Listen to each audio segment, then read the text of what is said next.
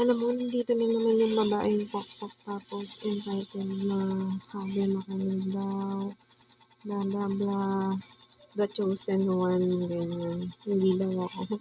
Pero pinipilit niya ako makinig. Walang karapatan. Sino? Nasaan rules at nasaan regulations ng batas yung dapat makinig ka kapag ganyan? Sasalaksakin ko yung alam mo, tsaka yung tenga mo, pati yung mata mo. Pilit siya ng pilit na ganito, ganyan, bla bla bla, etc. Dinibulge daw siya, siniraan daw siya. Puro kalokohan yung pinagsasabi. Kailangan daw makinig dahil nagkaso daw siya. Nandiyan na naman siya, araw-araw siyang ganyan. Araw-arawin ko din siya i-upload dito sa social media. Pinakilala ng kung sino. Tapos nililito-lito yung mga tao na para paboran siya. Sinunod niya daw ang kung sino. Wala naman nag-uutos sa kanya. Galit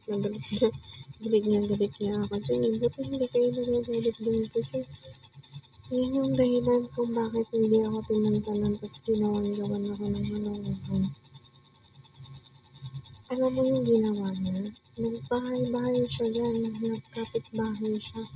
Nakitira siya sa kung kanina. Tapos nag-i-stay siya sa isang lugar kung saan makikita at maririnig siya.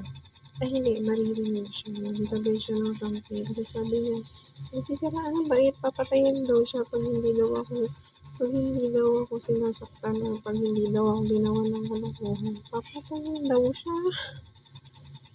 Nasisiraan ng mundo pero hanggang ngayon buhay pa siya.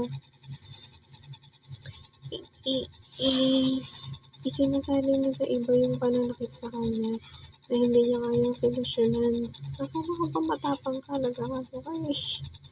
Sa akin, walang probable cause yung pagkakaso mo. Sana kung nagkaso ka, pinahuli mo.